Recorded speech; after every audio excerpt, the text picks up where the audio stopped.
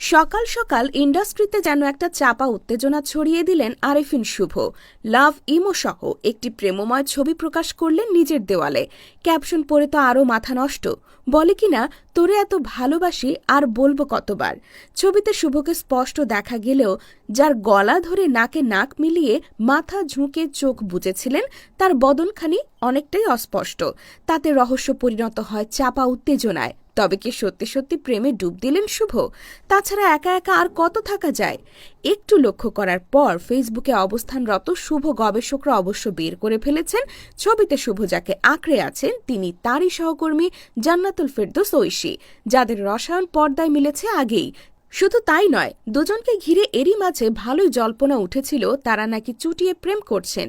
সেই পুরনো গুঞ্জনে নতুন হাওয়া বয়ে গেল মঙ্গলবার ২৫ নভেম্বর সকালের এই ছবি ও ক্যাপশন ধরে। একই সময় আরেকটি ছবি নিজের দেওয়ালে প্রকাশ করেছেন ঐশী। ছবিতে শিউলি ফুল আঁকা স্নিগ্ধ শাড়ি ও সাজে শুভর বুক দেওয়ালে হেলান দিয়ে আছে ঐশী।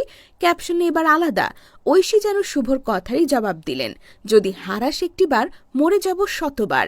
দুটি ছবি দুটি বাক্য, কিন্তু সুর ছন্দ যেন এক। আর ঠিক সেখানে আবার উঁকি দিচ্ছে পুরনো প্রশ্ন, শুভ ঐশীর প্রেমের গুঞ্জন কি তবে সত্যি হতে যাচ্ছে? এর মাঝেই শোনা যাচ্ছে দীর্ঘদিন আটকে থাকা রায়হান রাফি পরিচালিত এই জুটির আলোচিত সিনেমা নূর বায়োস্কোপ প্লাসে দ্রুতই মুক্তি পাবে। তাই নেটিজেনদের দ্বিধা আরও বাড়ছে, এ কি সিনেমার অঘোষিত প্রচারণা নাকি পর্দার বাইরেও কোনো অনুচ্চারিত টান? প্রশ্ন করা হলেও সদুত্তর মেলেনি শুভ ঐশীর পক্ষ থেকে, বরং রহস্য বাঁচিয়ে নাম প্রকাশে অনিচ্ছুক অভিমত নতুন কিছুও হতে পারে।